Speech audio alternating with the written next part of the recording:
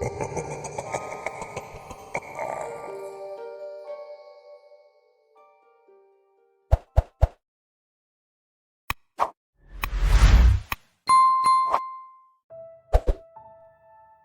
area where we were heading in Eastern Europe was known for its radioactivity. We had received reports of strange animals, things that looked like they were hatched from a mad scientist's laboratory. I didn't know how much of it I believed, because some of the descriptions the survivors gave sounded more like Wendigo and Dogman than any real animal. I figured that, in the heat of the moment and under attack, their minds had likely twisted the true form of the animals, horrifying as they were, into something truly nightmarish. There were 3 of us heading into the dark Eastern European forests. My friend Dimitri, who was originally from the country and knew the language, his girlfriend Anna, and myself. Everything seemed mundane enough as we flew into the country and handed over our passports. There was no sign of the horrors waiting ahead. The first towns we encountered looked idyllic enough as we drove through them in a rental car. Isolated farmhouses with cows and chickens dotted the landscape. Plentiful fields of wheat, potatoes, and corn stretched out on all sides of us. The black earth here was fertile, I knew. As we headed deeper into the radiation zone, however, the houses and farms all started to look abandoned and dilapidated, the fields barren and dead. Christ on a cracker, I muttered, more to myself than to my friends. This place looks like it suffered through the apocalypse. It did, Dimitri said grimly. A nuclear apocalypse. I feel like the biblical one is far more optimistic than the true apocalypse will be. In reality, there will be no rapture, no victory of light over darkness. If there is ever a World War III, every major city will be consumed by nuclear fire. It will throw buses and cars thousands of feet into the air, spilling out bodies onto the burning skies. Entire streets will collapse, trapping countless millions under the rubble. That's a cheerful thought, Anna commented, her dark blue eyes staring out the window. I saw the reflection of white eyes skittering through the brush outside, small animals that disappeared in front of the approaching roar of the engine. How far is it? I asked, feeling carsick and anxious. The winding roads here curved through countless hills. It reminded me of driving through parts of Northern California before, when I had retched out the window. Anna and Dimitri seemed unaffected though. I cursed my stomach, which was always turning traitorous towards me. It's a while, man, Dimitri said. This country is huge. Probably another 3 or 4 hour drive. And then we have to start walking. Good thing we left before dawn, Anna said, stifling a yawn. She had a can of some cheap Russian Red Bull knockoff, some fluorescent green crap that smelled like chemicals, but she drank it as if it were the finest French wine. I gazed out at the dark forests that passed us on both sides, wondering what kind of sights lay ahead in this land of the damned.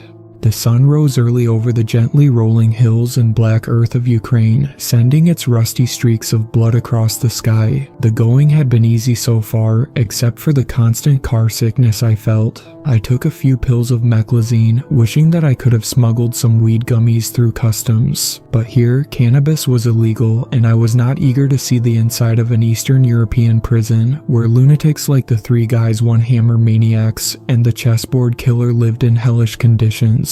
Holy shit, would you look at that? Dimitri said with awe and wonder oozing from his voice as the car braked abruptly. I looked up quickly, my stomach doing flips, but what I saw laying across the road instantly brought me back to the moment. Dimitri pointed a tattooed hand at the sight.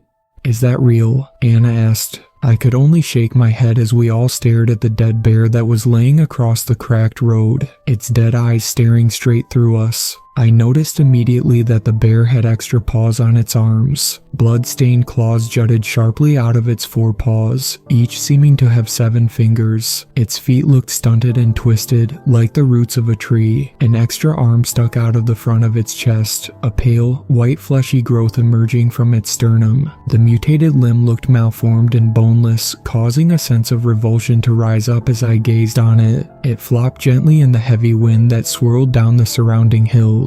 Well, I guess the rumors are true, Dmitri said slowly, his eyes as wide and excited as a child. Can you imagine what other kinds of things must be lurking in these forests? This is going to make a really awesome documentary. Anna nodded, playing with a small, handheld digital camera she took everywhere with her. She wanted to make a video that would finally go viral on the internet and help her gain some recognition for her work.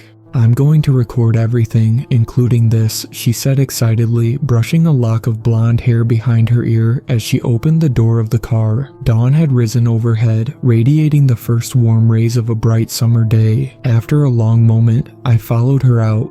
Dmitri stood at her side, his dark eyes wide. He ran a trembling hand over his shaved head as he looked down at the enormous bear. Anna zoomed in with the camera, kneeling down before the still beast. Her finely formed fingers shook with excitement as she drew within inches of the corpse. I wondered how the bear had died, as I didn't see any signs of injuries on the creature's body. The next moment, I saw it blink.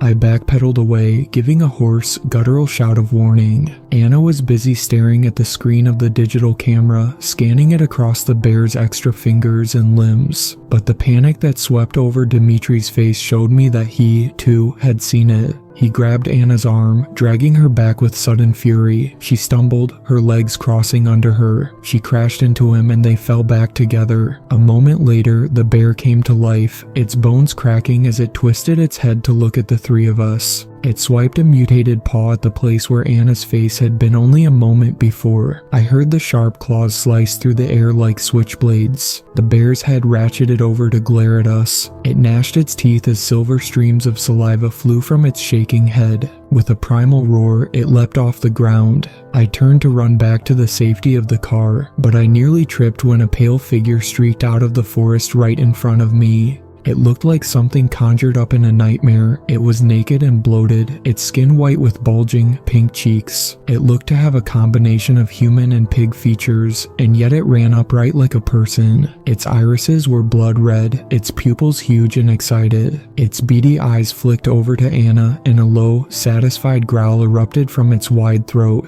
I watched the muscles work furiously in its porcine body as it sprinted towards her. Before either Dmitri or I could react, the pig thing grabbed Anna around the neck, its sharp, black fingers digging deeply into her skin. She squealed like a strangled rabbit as it dragged her away into the dark Ukrainian forests. Its pink lips pulled back in an excited grimace, revealing the sharp fangs underneath. I heard its guttural growls fade away rapidly. It sprinted much faster than a person, its hooves slamming the ground over and over at a superhuman speed. "Hey," Dmitri called excitedly, taking a step forward. "What do you—" A giant bear paw with too many gleaming claws smacked his leg out from under him, sending him flying. I only stood there, shell-shocked and amazed, as Anna disappeared into the trees. A single moment later, the bear rose to its full height, roaring at us. Streams of spit flew from its mouth as its rancid breath washed over us, breath that emanated a smell like roadkill and infection. I put my hands up, flinching, expecting a blow that never came. When I looked up, the bear had gone back on all fours. It ran in the path the pig creature had gone, its white, boneless extra limb hanging limply from its chest. "What the fuck?" Dmitri cried on the ground, rocking back and forth. I came back to life, running over to his side. I saw deep gouge marks slice through his blue jeans. Bright streams of blood lazily dripped from the claw marks on his left leg. "We need to get help," I cried, shaking him. His eyes looked far away and confused, as if he didn't fully realize what was happening. "We need to go back and get the police." "The police?" he asked, laughing. "The police here won't do anything. You think they're going to travel out into the radioactivity zone just for a missing person?" He shook his head grimly before reaching out a hand to me. "Help me up. There's a first aid kit in the car. We need to bandage this up. Then we're going after Anna." We had no way to call for help. The phones this far out in Chernobyl didn't work, and there were never any cell phone towers built in the silent land. After Dmitri had disinfected and bandaged his legs, he rummaged through the trunk, looking for weapons. "God damn, there's nothing good here," he said despondently. "Some bear mace, some knives. What good is any of that going to do against these mutated monsters? We need an AK-47. I nodded in agreement. Too bad we're not in the US, I said. The only guns you're going to get around here are the ones you take off the bodies of Russian soldiers. Yeah, if only, he muttered sadly, handing me a large folding knife. We have 1 canister of bear mace, 3 knives, and a tire iron. Not exactly an arsenal. I really didn't want to go into those dark woods, but thinking of Anna being tortured or murdered made me feel sick and weak. I shook my head, mentally torn. Here, take the bear mace too. I'll take the tire iron and a knife, he continued, forcing the black canister into my numb fingers. You ready for this? Absolutely not, I said. I think we should try to find help. If we both go out there and get slaughtered, no one will ever find Anna. The nearest town is 2 hours west of here, he responded icily. By the time we get help, her trail will have gone cold. It will take at least 5 or 6 hours to get any rescue out here. No, we need to do this, and we need to do it now. If you don't want to come, I'll come, I said grimly, my heart pounding. Fuck it. Dmitry had a sad history. As a child living in Ukraine, he had been kidnapped by an insane neighbor and kept in a dirt pit outside for weeks, wallowing in his own piss and shit, slowly starving. He said the man would throw down a stale crust of bread or a rice cake into the mud and human waste every few days. Dmitry would pull the food out, wipe off the feces and eat it. I shuddered, remembering the horror stories he had told me. I knew he had a personal reason for making sure Anna was not subjected to the same endless suffering, even if it meant his own death. The bear and the pig creature had left a clear trail of broken brush and snapped twigs snaking through the forest. Side by side we moved cautiously ahead, constantly checking our backs, but we saw no signs of movement and heard nothing. Up ahead, the trees abruptly opened up, letting golden sunlight stream down. Blinking quickly, we left the forest behind.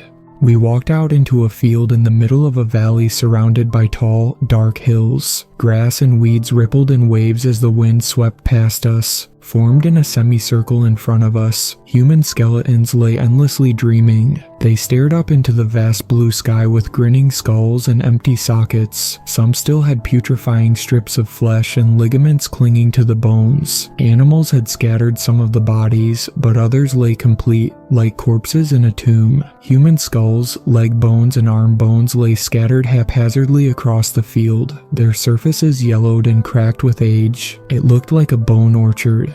What are we looking at right now? I whispered, furtively glancing around at the field of bones. An insane part of my mind wondered if they might rise from the dead and come after us. Compared to what we had already seen in this place of nightmares, it didn't seem that far-fetched. Dead bodies, Dmitry said grimly. Victims of the nuclear accident, I asked. He shook his head, pointing at some of the fresher corpses nearby. Their throats looked like they had been ripped out, the bones of their necks showing deep bite marks. The one nearest us had its skeletal fingers wrapped around a glass bottle with a piece of paper rolled inside, and a cork inserted into the top. I knelt down, prying the fingers back with soft, cracking noises. I uncorked it and took out the paper. It felt thick in my hands, like some kind of handcrafted paper from the old days. The cursive flowing across the sheet looked like it had been written in a quill pen with actual ink. In confusion, I read the letter aloud. Rules to survive in the Hellskin Nature Preserve. 1. The cult known as the Golden Butchers has been kidnapping women to breed them with the pig creatures. They worship the offspring that result from these unions as gods. If a member of your group gets taken, you will find them in the living farm at the end of the forest. 2. If you encounter Mr. Welcome, the enormous pig god with the eyes on his forehead, you must not let him touch you. 3. The red snakes can only see while you're moving. If you encounter them, stay still. Don't even breathe.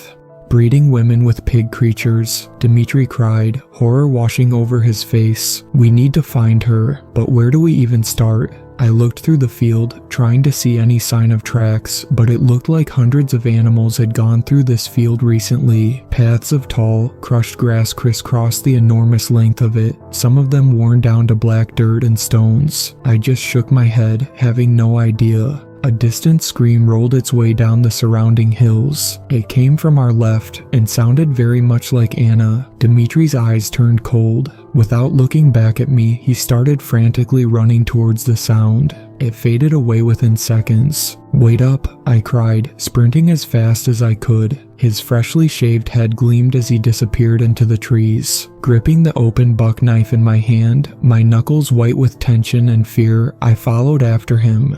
We wandered for hours through the woods, never hearing a second scream to guide our path. We both hoped that we were going in the right direction. A small deer trail winding through the brush opened up, heading up rocky hills and clear streams of water. Sweating and nervous, we traveled for miles and miles, rarely talking. A few times I tried to get Dmitri to slow down. "How do you know you're going in the right direction?" I asked. "We've been walking this trail for 5 hours and haven't seen a thing." "This was the direction the scream came from," he said weakly. "Where else would they go? They would want to travel quickly with a hostage. They would take a trail." I didn't point out that there may be other trails, that we had absolutely no idea where we were going. As we reached the peak of a mountain, I pulled a small, portable Geiger counter we had taken along for the trip. The radioactivity here was high, much higher than normal background radiation. I didn't know how far we were from the nuclear power plant at the center of all this, but at a certain point, it would become too dangerous to keep moving forward. Dmitri was next to me, chugging a bottle of water when a shriek rang out below us. It sounded almost animalistic but had a strange, electronic distortion. Amplified to an ear-splitting cacophony, it echoed through the trees. Much quieter roars answered from the forests all around us in response, the cries of bears and other predators. These sounded much closer, however. "Psst," a pile of thick ferns said to my left, shaking suddenly. In Ukrainian, the ferns continued by whispering, "Hey, you." I jumped, swinging the knife in the direction of the brush, watching the blade shake wildly in my hand. As fresh waves of adrenaline surged through my body, Dmitri was by my side, his eyes wide and wild. He glanced over at me, nodding. He had the tire iron raised like a tennis racket, ready to strike. A moment later, a little boy crawled out. He was scarecrow thin, his face smudged with dirt and filth, his dark eyes sunken and lifeless deep inside his small head. He had black hair and a nose like a little twisted lump in the center of his face. It seemed like it had been repeatedly broken. He didn't look older than 10, but he looked so emaciated that it was impossible to say. The rags and tatters he wore barely covered his body, and the boy was almost in his Genesis suit. "Come out," I said grimly. Dimitri's eyes bulged from his head. "Don't kill me, please," the boy whispered in a cracked, choked voice, his accent giving all his words a guttural tone. "Take me out of here. My mom and dad brought me here. They were part of the Golden Butchers, but a couple months ago, they got sick and died from all the poison in the water and food." "Who are you, kid?" Dmitri said, reaching down and pulling him up to his feet. I watched the boy closely, the bear mace in one hand and the knife in the other, looking for any sign of sudden violence or betrayal. "My name is Philip. I come from the farm," he said, pointing vaguely towards the tallest peak in the area. "You can't see it from here, but it's over there." Dmitri kneeled down until he was eye to eye with Philip. "Can you take us there?" he said. Philip's eyes teared up, but he slowly nodded. "If you will take me with you when you leave, I'll show you," he said, crying now. "But it is a horrible place. It is the place of Mr. Welcome." Philip guided us to the living farm, saving us a great deal of time. He navigated the forest like an experienced hiker, seeming to know the entire area from the smallest clues. A split, fallen tree, or a tree with a whorl like an eye, or a sudden curve in a babbling brook. It saved us a great deal of time wandering through the woods, where everything looked exactly the same to me. "There," he said, pointing through a break in the trees to the farm. The entire top of the hill was cleared of trees and brush. In its place stood a nightmare. The farm was the closest place to hell I have ever seen. The top of the living building peeked over the tall trees surrounding it. It had something like a bell tower on the top of it, almost like a church might have, but instead of a bell, it had an enormous, bloodshot eye. The eye had an iris as red as a dismembered heart. Its pupil was dilated and insane. From here, the eye looked to be about the size of a church bell and had no eyelids. Strange white filaments like those of a slime mold surrounded it, trailing down into the building. I wondered if this was the optic nerve for the great, staring eye. The rest of the building was as black as eternity, windowless and imposing. It had a brutalist architecture, all sharp angles and steep slopes. I watched the building in the eye closely. To my horror, I realized that the entire thing was alive somehow. The eye constantly spun in its place, staring out over the surrounding hills like the eye of Sauron. The building constantly breathed. "Welcome," a hushed, distorted voice cried. The words seemed to come from the breathing and living walls of the farm itself. "Welcome." "What the fuck is this, kid?" Dimitri whispered hoarsely. "Where's Anna?" Philip shook his head sadly. "She's inside with the other breeders," he said, the fear and terror evident on his face. "They keep them chained in cages or bound in the basement until the time for the ritual comes." "And when is that?" I asked. He looked up at the sky and the fading light. We had somehow wasted nearly an entire day already. Night was coming, and we hadn't even seen Anna yet. "At sunset," he responded. Dimitri nearly jumped up at that. "Sunset? That's almost here. We need to go now," he cried. I almost wanted to laugh. "What are you going to do? Stab that enormous building with your knife?" I whispered. "We need a plan. Maybe we can burn it down or—" But my words were cut off by the roaring of the building. Its scream echoed over the hills. It was immediately answered by countless others, including one that came only a few dozen feet behind us. I grabbed Dimitri's shoulder, my panicked eyes flicking in that direction. "There's something," I started to say when the brush cracked under a heavy weight. Looking up, I saw something horrible stalking us from behind.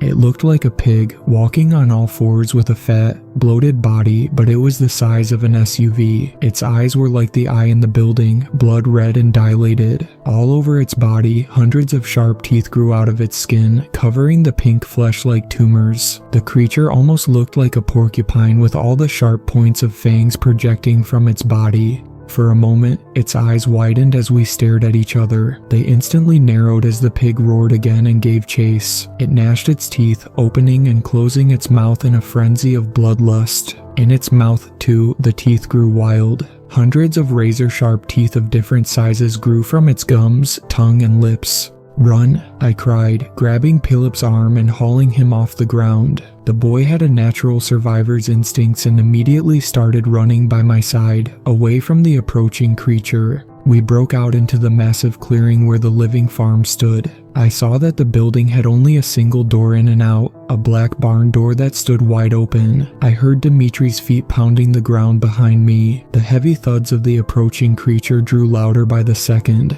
"In the barn," I cried, not having time to think. It was the only possible place of safety here. I sprinted faster than I ever had before towards those doors as if they were entrance to paradise itself. Without slowing, I ran into the building, trying to slam one of the doors shut behind me. Dimitri grabbed the other. With the creature only seconds away, they started swinging shut. Philip's small body pressed against my leg as he came forward, using his meager strength to help me. The door was extremely heavy and hard to move. The building itself looked like it was 6 or 7 stories tall, and the doors to the barn nearly a third of that height. With a tortured creak, they slammed shut. A single breath later, something heavy thudded against the other sides, as if it had been hit by a battering ram, but the door held. Quickly, Dimitri and I grabbed a large board leaning against the wall and stuffed it into the brackets on both sides of the door, locking it from the inside. I noticed how cool and dark it was in here, as if I had walked into a cave. I turned, taking in the interior of the living farm for the first time. At that moment, I had to repress a scream welling up in my throat.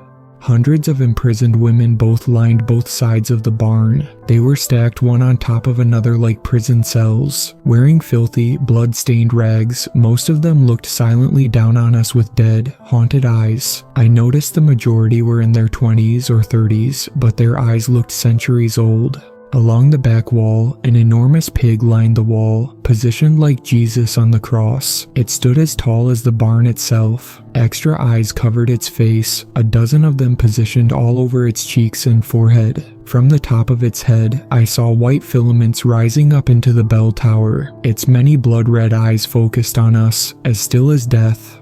"Welcome," it hissed. "Welcome." Its limbs were chained to the wall. Enormous rusted links intertwined around its body, preventing Mr. Welcome from moving. "Anna," Dmitri cried, looking around frantically. There was no one else here that I could see except for Mr. Welcome and all the hostages. "Anna, where are you?" "Don't scream," Pilip said in a tiny, fear-choked voice. "Please, don't scream." But it was too late. As Dimitri's last words faded, trapdoors built into the black floor of the barn sprung open. Dozens of mutated bears and pig creatures crept out, their predatory eyes scanning us with hunger and anger. "Fuck," Dmitri cried, running back to the door at my side. Frantically, the three of us pulled the board up and dropped it to the fleshy floor with a clatter, as hisses and growls erupted all around us and the predators creeped forwards towards us in a semicircle. The barn door flew open.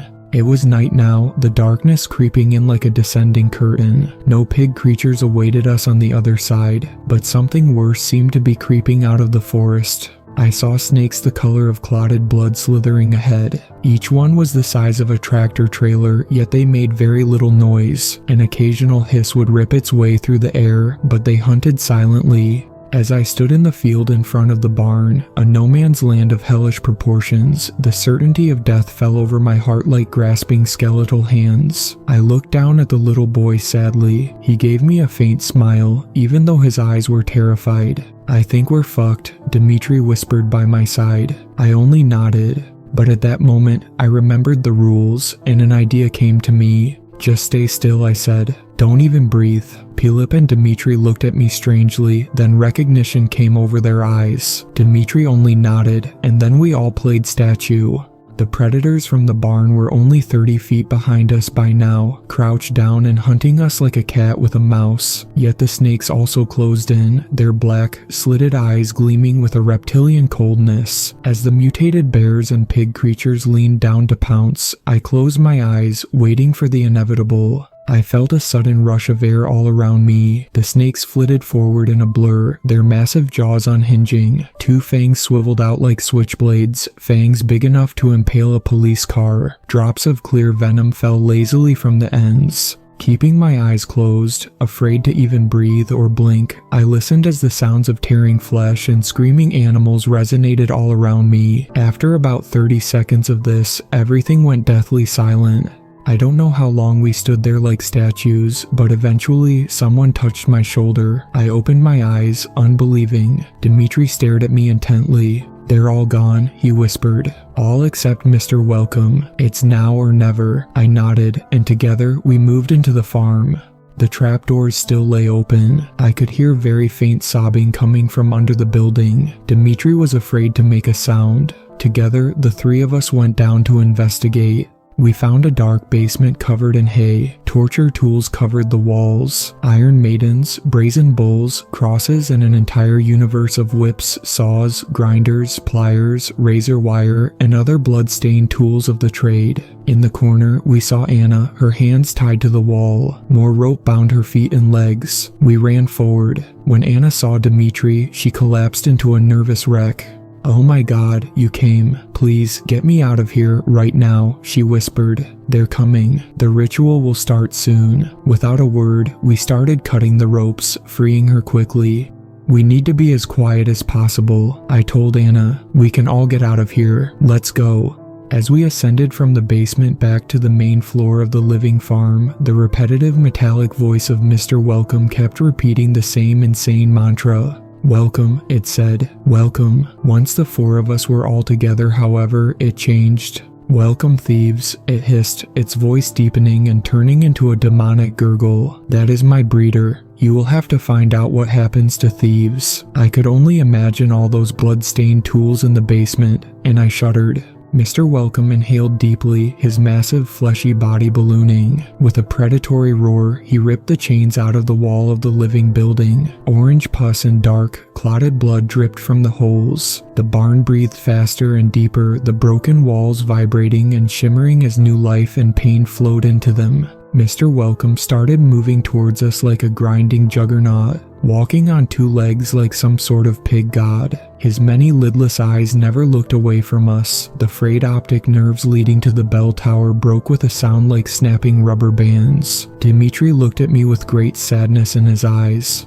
"Get away," he whispered. "I'll distract it. Just get Anna home, no matter what." Before I could respond, he ran forwards towards the abomination, the small, useless knife raised in one hand. Mr. Welcome saw him coming. He tried to swipe at Dimitri with a sharp, black hoof, but Dimitri ducked, running around the back of him. He gave a battle cry and started stabbing the monster in the back of the leg, which probably hurt it about as much as a toothpick. But it provided a distraction. This time, Mr. Welcome spun his whole body, falling back to all four legs to deal with this nuisance. He used his massive snout to smack Dimitri hard, sending him flying across the barn. He hit the wall with a bone-shattering thud. Dimitri's skin immediately started to blacken, as if he were being burned alive. His eyes melted out of his face as he screamed, clawing at the dying patches of necrotic tissue spreading across his body. Within a few seconds, his screams faded to agonized groans. He tried to crawl back towards us as he died. "Run," I screamed, grabbing Anna's hand and forcing her to sprint by my side. Philip was already one step ahead of us, frantically trying to reach the shelter of the forest. I heard the ground shake behind me as Mr. Welcome drew near, moving much faster than we could ever hope to go. I knew we would never make it.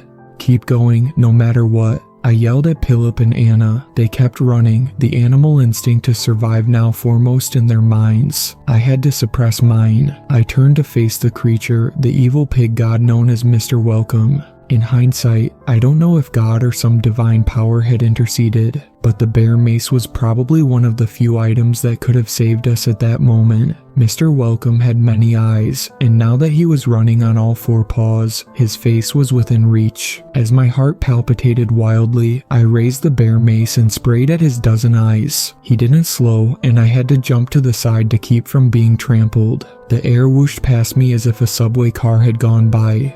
But a moment later, Mr. Welcome gave a roar, and not one of anger and hunger. This was a roar of pain and uncertainty. Blinded, Mr. Welcome frantically started running in circles, knocking down huge swaths of trees. The ear-splitting racket as he pulled the forest apart crashed over the surrounding landscape. Without a moment of hesitation, I turned to follow Philip and Anna back to the car. We told the police about the barn and all the hostages, but they claimed they couldn't find it, and we never heard anything more about it. Looking back on the experience, I now know why Chernobyl is a restricted zone, and it isn't just because of the radioactivity. There are some things that hide under the surface. After all, things that grow in the dark, rotted places where no eyes roam.